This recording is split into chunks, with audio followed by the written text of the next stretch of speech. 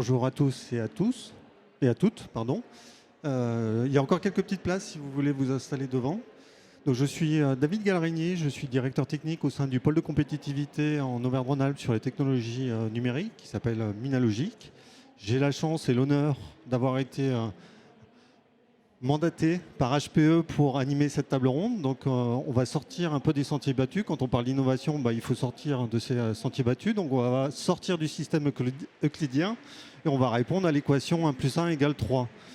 Et donc cette équation, elle repose sur 3 technologies sur lesquelles on va évoquer un peu les spécificités d'HPE, le edge computing, le cloud computing, l'intelligence artificielle et l'équation qui donne le 1 plus 1, c'est HPE et l'écosystème avec lequel, ou les écosystèmes avec lesquels HPE travaille. Donc j'ai l'honneur d'avoir à mes côtés Pierre et Philippe, que je vais laisser se présenter eux-mêmes, parce que l'intitulé n'est pas forcément parlant pour tout le monde.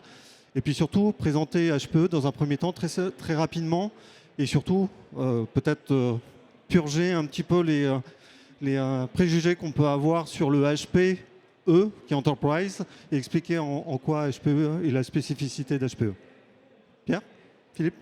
Bonjour, je m'appelle Philippe Raz, je suis directeur business planning à l'international chez Hewlett-Packard Enterprise. J'y travaille depuis 25 ans avec bonheur et plaisir, juste parce que j'ai vécu et travaillé en Australie, en Belgique, en Angleterre et maintenant à Grenoble depuis 25 ans. Et depuis 25 ans, donc ça a été HP et puis HPE pour moi. En 2015, on a séparé la société Hewlett-Packard en deux, qui est devenue Hewlett-Packard Enterprise pour être la société qui fait du Edge to Cloud as a Services. Et à côté de moi, Pierre. Bonjour à toutes, bonjour à tous. Pierre Offert. Moi, j'ai la responsabilité d'une équipe européenne sur les sujets de l'intelligence artificielle et du calcul scientifique, le HPC, High Performance Computing, avec un bout des équipes qui est basé à Grenoble, avec un centre de calcul qui est à 100 mètres d'ici, qui permet de développer une partie des logiciels qu'on peut mettre en œuvre et faire une partie de benchmark également pour nos grands clients, historiquement dans le domaine de la simulation, aujourd'hui dans le domaine de l'IA. Et j'ai une deuxième casquette qui est la responsabilité du site de Grenoble, étant basé à Paris. Pour ma part, c'est 23 ans, donc bientôt à 25, Philippe. Basé à Paris et étant régulièrement grenoblois toutes les semaines ou tous les 15 jours. Et du coup, peut-être préciser un petit peu, je ne sais pas si tout le monde est au courant de ce qu'est le edge computing, le cloud computing, et après on abordera peut-être la question de l'intelligence artificielle. Oui, tout à fait, David. Alors, il y a un élément important par rapport à notre stratégie, c'est que l'année prochaine, on va passer le cap des 150 milliards de devices. Un device, c'est quoi? C'est un téléphone, mais c'est aussi un capteur. C'est tout ce qui permet de générer de la donnée au niveau de la production de la donnée. Donc ça peut être vous en tant qu'humain, mais ça peut être votre frigo, ça peut être une voiture. Et l'autre élément, c'est que l'année dernière, 50% des données qui ont été produites dans le monde, elles ont été produites en dehors d'un data center. Donc nous, par rapport à la stratégie, effectivement, on a une volonté d'aller jusqu'à l'acquisition de ces données au niveau du edge, les exploiter, les sécuriser, les transporter avec du réseau, et ensuite les exploiter de façon hybride, c'est-à-dire à la fois dans le cloud et à la fois dans un data center, en mettant en valeur ces données, et c'est là qu'arrive l'IA, c'est pour pouvoir développer de l'intelligence, de l'innovation, des produits, des services sur les données développées. Et en 2017, on a annoncé qu'en 2022, toute notre offre, que ce soit au Edge ou dans le cloud, sera disponible en fin 2022 as a service. Pourquoi? Pour permettre d'avoir à faire plus avec moins et d'avoir donc une réduction de l'impact carbone chez nos clients au travers de nos processus. Donc c'est très important de le faire et de le dire. Depuis 2022, c'est impliqué, mais on l'a annoncé en 2017. D'où les sujets, l'IA, le edge computing et la durabilité également auprès de nos clients. Je sais que Philippe, tu parles souvent de l'économie de la fonctionnalité, ce qui correspond un petit peu à ce transfert, je dirais, on vend du matériel et on passe maintenant à vendre du service autour de ce matériel. Je pense que vous serez tous d'accord avec nous de dire qu'on ne peut plus simplement être dans un modèle j'achète, je consomme et je jette. Ça, c'est fini. Donc l'économie de la fonctionnalité, on en a parlé souvent, mais c'est aussi le fait de dire que La donnée est une information. La donnée, notre CEO le dit depuis plusieurs années à Davos, c'est qu'un jour, elle sera au bilan des entreprises. La donnée, c'est le nouvel or, the new oil. Et donc l'économie de la fonctionnalité, pour nous, c'est de dire, ben voilà, il faut être dans la fonctionnalité et non pas juste dans la consommation. Donc la fonctionnalité, c'est de pouvoir avoir le même service alors même qu'on n'est pas nécessairement propriétaire. Et toute cette circularité dont on parle. Alors voilà, je ne sais pas si c'est plus clair pour toi ou pour tout le monde. Peut-être pour compléter ce que dit Philippe, on l'a vu s'accélérer un phénomène pendant la période Covid, et ça a été vrai pratiquement sur la plupart des industries. C'est soit un ralentissement pour certaines activités, soit une accélération, mais qui a une été forte. On peut prendre l'industrie du tourisme, on est fournisseur de Booking.com par exemple. Clairement, ils ont subi une baisse d'activité très forte pendant la période. C'est comment adapter, tout en ayant un modèle hybride, c'est-à-dire avec son informatique propre et une informatique qui est accédée dans le cloud, un modèle économique qui dépend de son activité. Le modèle GreenLake HPE permet d'y répondre en ayant un accès dans le cloud, mais aussi son informatique propre dans ses data centers, et d'avoir un coût qui soit ajusté en fonction de sa consommation. Et vraiment, on rentre dans un mode de consommation de l'informatique qui est vraiment différent. Le cloud a aidé et a accéléré ce phénomène. Mais pour autant, tout ne part pas dans le cloud, et on voit même certains retours d'activité pour tout ce qui est sensible en termes de données. Les règles souveraines, ce qui arrive également au niveau du AI Act, va changer quelques comportements. Et le fait d'avoir une offre qui permette de répondre à tout type de consommation, à la fois dans un data center et dans le cloud, avec GreenLake d'HPE, permet de répondre à cet enjeu. Tu parles de GreenLake. GreenLake, c'est le nom de l'offre. Peut-être que tout le monde n'est pas au courant de ce qu'est GreenLake. C'est le lac vert, mais c'est effectivement le nom de notre offre qui permet de répondre à ce mode de consommation de l'informatique. Tu voulais rajouter quelque chose, Philippe ? Non. Non. Je te vois déjà prendre ton micro. Je me suis dit. Du coup, pour simplifier à l'extrême, le edge, c'est plutôt au niveau du composant du matériel, on va générer de la donnée. Le cloud, c'est là où on va la stocker. Et on commence à parler d'intelligence artificielle, enfin depuis déjà quelques temps, mais en tout cas dans cette table ronde. C'est-à-dire qu'on va commencer à saupoudrer de l'intelligence artificielle au niveau du composant, on va en rajouter au niveau du logiciel, et on va créer du nouveau service. Alors, comment ça se passe concrètement chez SPE ? Alors, il y a 3 étapes. Il y a effectivement l'acquisition de la donnée, la préparation de la donnée, avant de pouvoir la traiter. Et là, effectivement, c'est une étape importante, c'est de savoir qu'on travaille sur un bon jeu de données, pour pouvoir créer un modèle et passer à la deuxième étape qui est la gestion et le développement du modèle. Et enfin, une fois que le modèle a été développé, le déployer au niveau, encore une fois, soit d'un mobile, soit d'un groupe utilisateur au niveau d'un service client ou de l'innovation au niveau de la R&D. Et nous, on travaille sur les 3 étapes avec une volonté vraiment de pouvoir passer à l'échelle, parce qu'il est facile de développer un modèle sur un GPU, relativement facile, il y a pas mal d'échecs. Aujourd'hui, on voit qu'il y a environ 3/4 des entreprises, 75%, qui ont un projet dans l'IA. Il n'y a que la moitié qui a réussi à passer la première phase, de le mettre en œuvre et de passer la phase de test.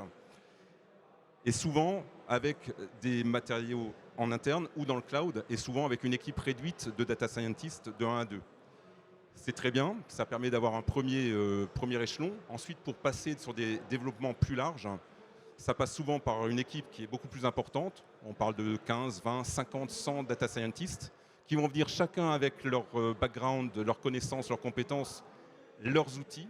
Donc comment je gère un environnement multi-compétences et comment je vais gérer un accès à des dizaines, centaines de GPU, parce que je vais devoir modéliser sur un ensemble de ressources, en interne ou dans le cloud, tout en leur banalisant la complexité système pour accéder à ces ressources. HPE, on travaille sur ce sujet-là, c'est comment je passe du day one, j'ai 1, 2 data scientists, 1, 2 GPU, au day 2, où j'ai effectivement une équipe, et donc pour mettre en face les outils qui permettent de croître.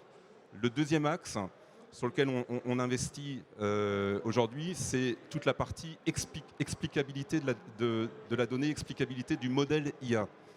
Parce qu'effectivement, on a des biais, on a des risques avec l'IA. L'idée, c'est de sécuriser et de répondre aussi à ce qui est en train d'arriver avec le AI Act au niveau européen. Et une des façons de sécuriser, c'est de pouvoir refaire le chemin à l'envers, c'est de savoir s'il y a un biais, s'il y a une faute, si la voiture elle est rentrée dans un mur, pourquoi elle est rentrée, et quelle est la donnée ou les données qui sont en faute. Et donc avoir un outil qui donne du versionning au niveau de la donnée en entrée, et qui est notre offre aujourd'hui. Donc c'est le produit Pachyderm où on a fait un investissement l'année dernière et racheté une société donc, qui permet de répondre à ces enjeux-là avec la solution Machine Learning Développement qui est l'outil qui va permettre de développer et de gérer cette partie versionning. Pour le coup, cette acquisition me fait penser aussi à la question de comment vous êtes arrivé dans ce processus à intégrer l'IA. Donc j'entends qu'il y a des data scientists, il y a des compétences, il y a de l'acquisition aussi du matériel spécialisé. C'est quoi les investissements de HPE dans le domaine et peut-être plus particulièrement sur le site de Grenoble?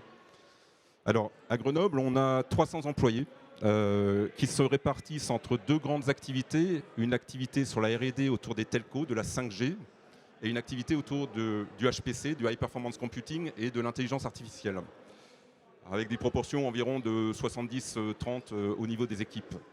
L'investissement, on le fait d'abord sur les hommes, en termes de compétences, de formation, d'acquisition de nouveaux talents, et puis ensuite sur le moyen d'accéder à des ressources. Donc on dispose d'un lab, d'un data center, avec un système qui s'appelle Champollion, qu'on a lancé à l'occasion du bicentenaire de Champollion, qui fait partie aujourd'hui des 500 machines les plus puissantes au monde et qui va permettre de modéliser, de répondre à des besoins de benchmark, donc d'accès à de la performance, pour savoir quelle est la meilleure architecture qui peut répondre à un enjeu, à une modélisation.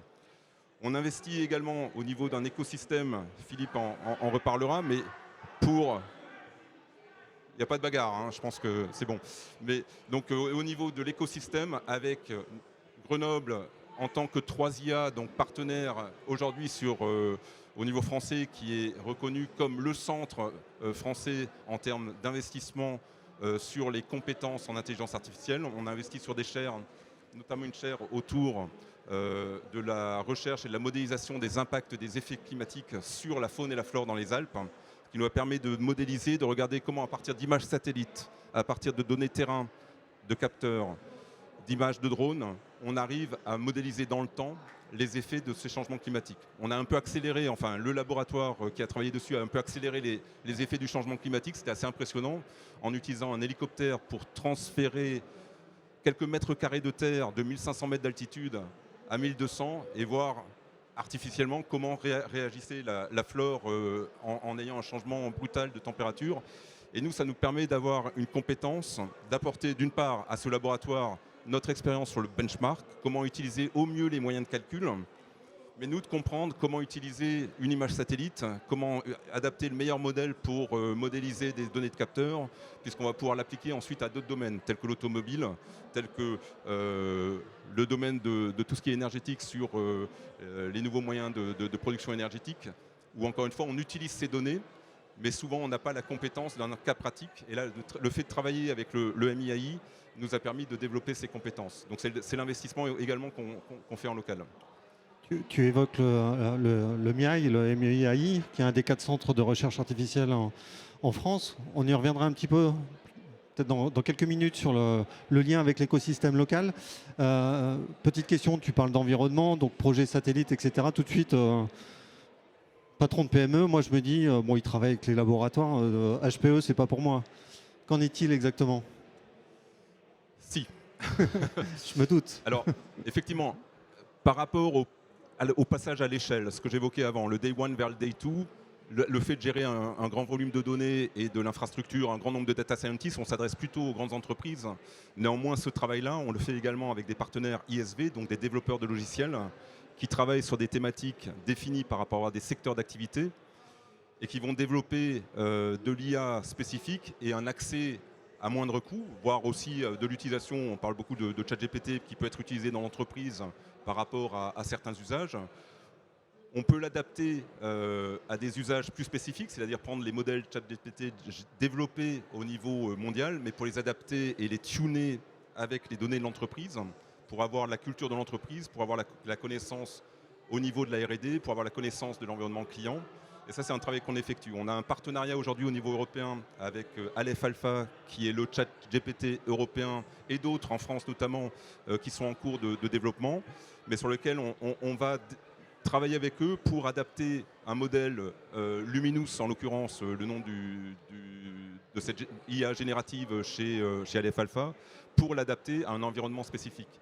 Donc, pour répondre à ta question, effectivement, pour une petite entreprise, on va peut-être pas l'accéder directement, mais on va l'accéder indirectement via des éditeurs de logiciels ou via un accès beaucoup plus libre, notamment sur des développements ouverts, open, sur lesquels on travaille également.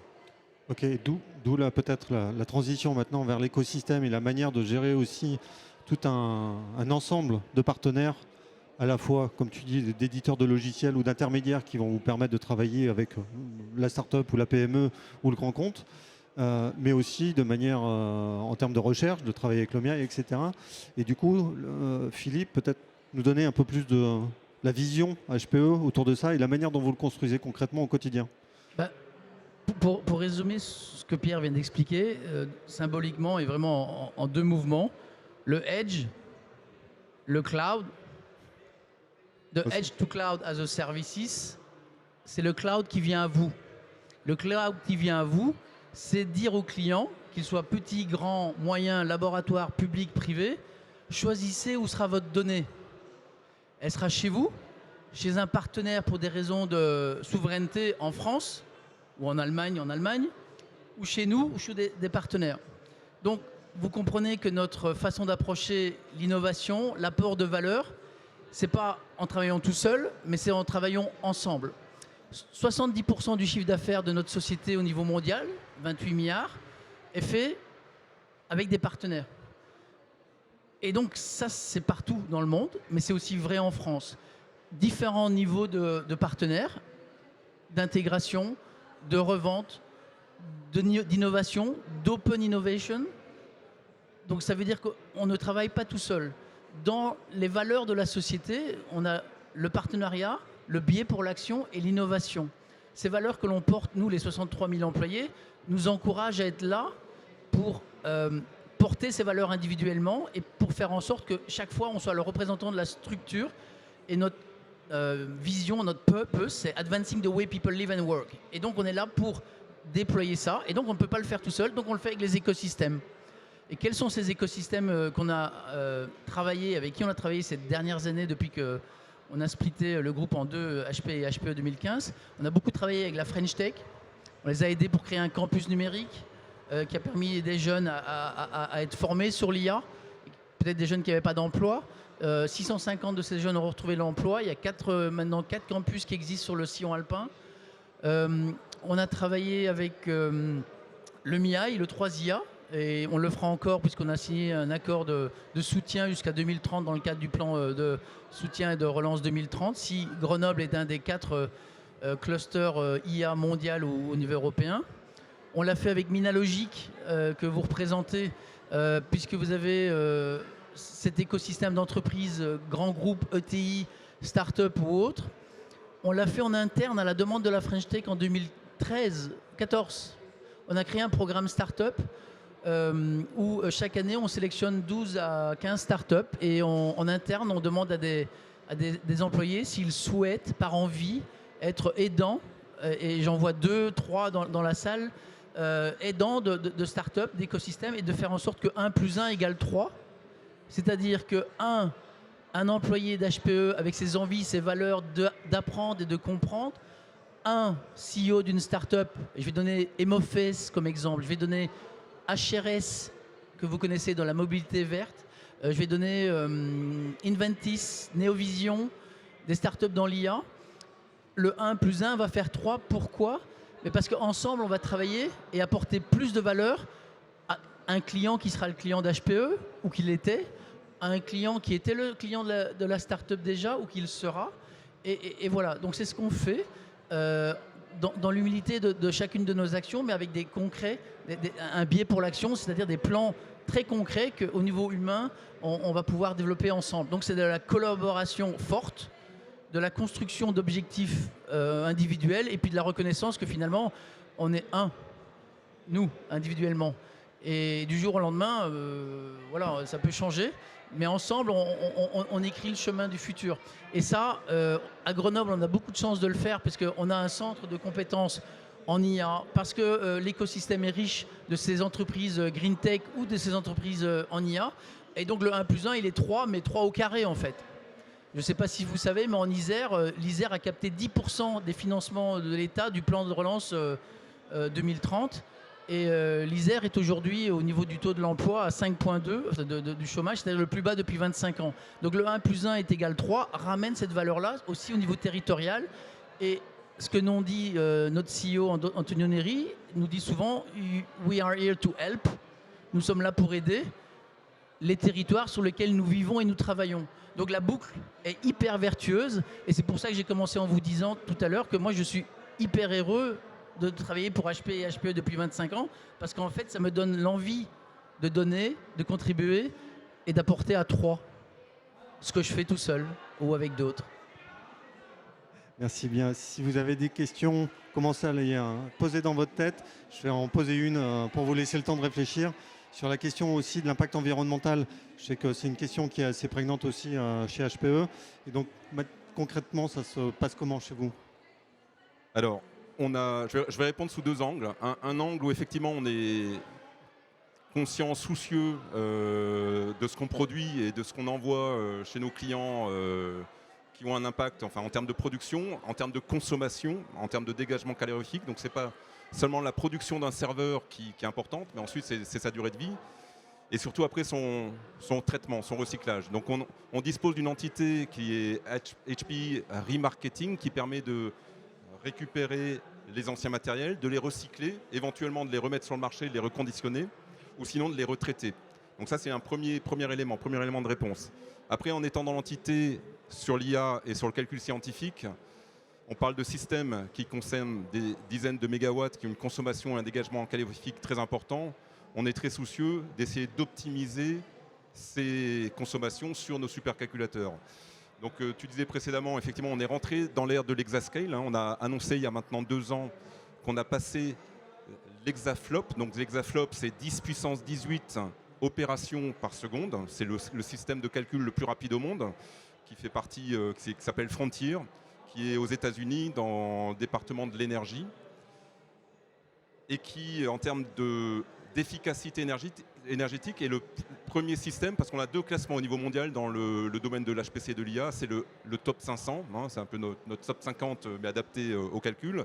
Là, c'est la performance. Et le Green 500, c'est le système qui peut être le plus efficace en consommant le moins. Le système Frontier est le plus efficace au monde sur le Green 500, et pour une raison, c'est qu'on a investi d'une part dans des acquisitions dont la société créée il y a maintenant 3 ans, qui nous a permis d'amener de la technologie, de nous positionner sur le haut du segment du supercalculateur. On a continué d'investir pour développer cette machine Frontier, notamment sur le système de refroidissement, puisque c'est des machines qui vont être refroidies par eau, c'est-à-dire traditionnellement un serveur et des calculateurs sont refroidis par des ventilateurs, qui eux-mêmes ensuite dans un data center sont refroidis par eau, mais la salle elle-même est très bruyante parce qu'on a ces refroidissements par air.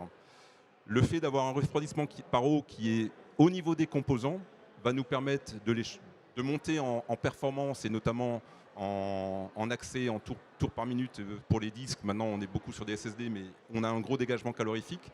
Le fait de descendre sur un refroidissement au plus proche des composants va permettre d'avoir une densité plus forte dans les machines et d'éviter d'avoir des data centers qui s'élargissent sur un nombre de stades incalculable pour avoir cette puissance-là.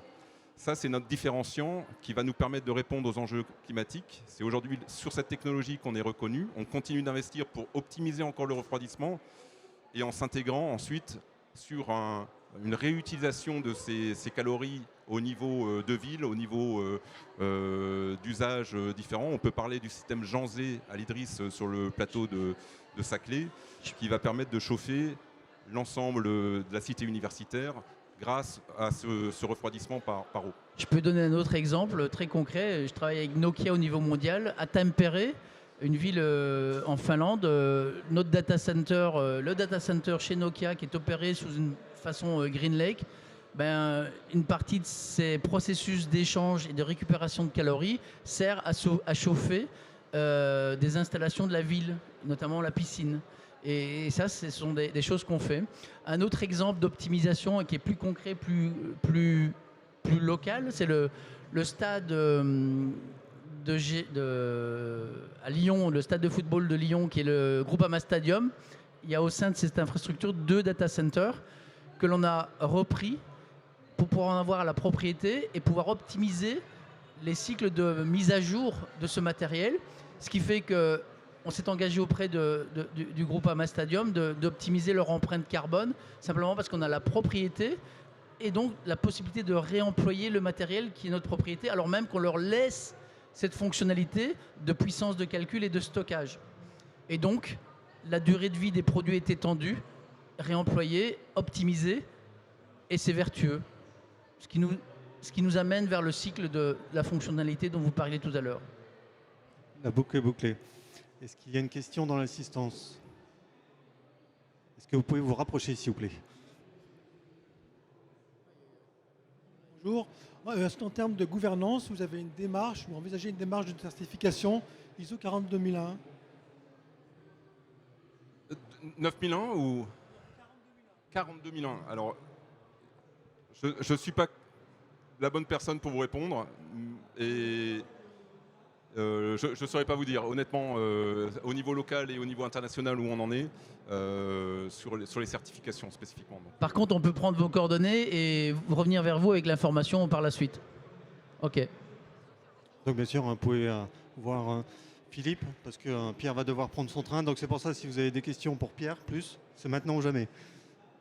Moi j'en avais une Jamais, j'espère que non, mais ce sera à distance. Je veux dire sur le TechFest. J'avais une petite question par rapport à la chaire. Est-ce que c'est une chaire purement académique ou est-ce qu'il y a une volonté aussi d'ouvrir les travaux de recherche de manière plus collaborative avec d'autres entreprises? Comment ça va fonctionner cette chaire? Alors, chaque chaire est un peu différente, hein, mais effectivement, elle est ouverte, hein, puisque le fruit du travail des développements est complètement ouvert. C'est les principes des chaires. Et donc, on contribue, nous, tout en sachant qu'on n'a pas de propriété intellectuelle sur ce qui va être produit, même si on récupère de la connaissance. On est également très intéressé par rapport à l'écosystème et la vue qu'a MIAI sur d'autres centres de compétences internationaux. Et ça va être le cas des clusteria, où le centre va s'ouvrir non plus au niveau national et européen, mais au niveau mondial. C'était déjà un peu le cas dans la version initiale. Et donc le fait de pouvoir être avec une université au Japon, une université en Californie, et d'échanger un peu avec les experts du domaine sur les images satellites, sur les modèles, permet vraiment d'avoir accès à des compétences sur lesquelles on n'aurait pas accès normalement. Et donc d'avoir un développement qui nous accélère dans l'innovation. C'est vraiment le principe. Après, sur d'autres projets, sur les chaires, on ne pourra pas avoir de propriété intellectuelle spécifique. Donc l'idée, c'est de travailler sur un domaine. On n'a pas encore identifié dans la prochaine monture sur quelle chaire on irait investir. On a proposé d'être partenaire, d'ouvrir notre centre de calcul Champollion à des modélisations, à des accès temps-machine et d'avoir accès à des ressources humaines, des compétences. Après, on verra, est-ce que c'est complètement ouvert sur le MIAI indifféremment ou est-ce qu'on cible plus particulièrement pour descendre un peu plus en profondeur sur une chaire? On verra. Je vais juste compléter. Si tu dois t'échapper, je peux compléter? Je vais vous laisser, désolé. Merci à tous. En fait, 2 types de chaires, recherche fondamentale, recherche appliquée. Si la recherche est fondamentale, on n'a pas la propriété clairement, et c'est la propriété de l'Institut. Et la recherche appliquée, souvent il y a plusieurs entreprises qui collaborent avec cette chaire. Et donc là, il y a vraiment une volonté de partager avec encore plus d'entreprises. Est-ce qu'il y a une autre question dans l'assistance?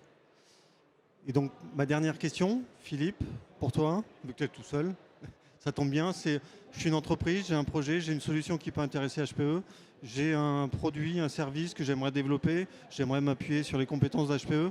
Comment je fais? Qui je vais voir? Quelle est la taille de votre entreprise? C'est une start-up? C'est pas une start-up? C'est un grand groupe? Elle est en Suisse? Elle est en Belgique? Elle est aux États-Unis? On va prendre à Grenoble.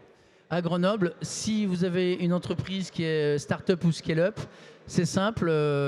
Donc le programme, vous trouverez sur hpe.com les définitions de ce qu'est le programme dont je vous parlais, 1 + 1 = 3, qui permet aux start-up d'être accompagnés par HPE avec un bénévole, une personne qui voudra aider, qu'elle soit technique ou commercial, avec l'ambition d'être d'abord sélectionné, mais ensuite c'est vous qui sélectionnez le profil et le besoin de votre parrain. Est-ce que vous voulez un parrain qui va vouloir vous aider sur vos produits et développement technique avec par exemple le centre d'innovation que l'on a à Genève ou d'autres, ou ici à Grenoble dans les équipes de Pierre? Et si c'est commercial, parce que vous êtes déjà en mode plus avancé et que vous avez une offre qui est complémentaire à la nôtre sur 3 axes: le traitement de la donnée, l'IA ou la durabilité, qui sont des axes importants de notre offre. Si vous êtes complémentaire à ce que l'on propose, eh ben là, de la même façon, vous allez pouvoir demander à travailler avec nous auprès de vos clients ou nos clients. Et à nouveau, 1+1 s'appliquera. Donc je recommande vraiment cette approche-là si vous êtes local et que vous souhaitez avoir ce type de relation avec HPE.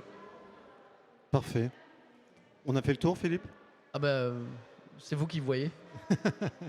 Tu me vois maintenant. Philippe, merci beaucoup. Merci. Merci à Pierre qui a dû partir. Et puis si vous avez encore une dernière question peut-être, ou sinon Philippe est à votre disposition pour échanger directement avec lui. Merci beaucoup. Merci à vous.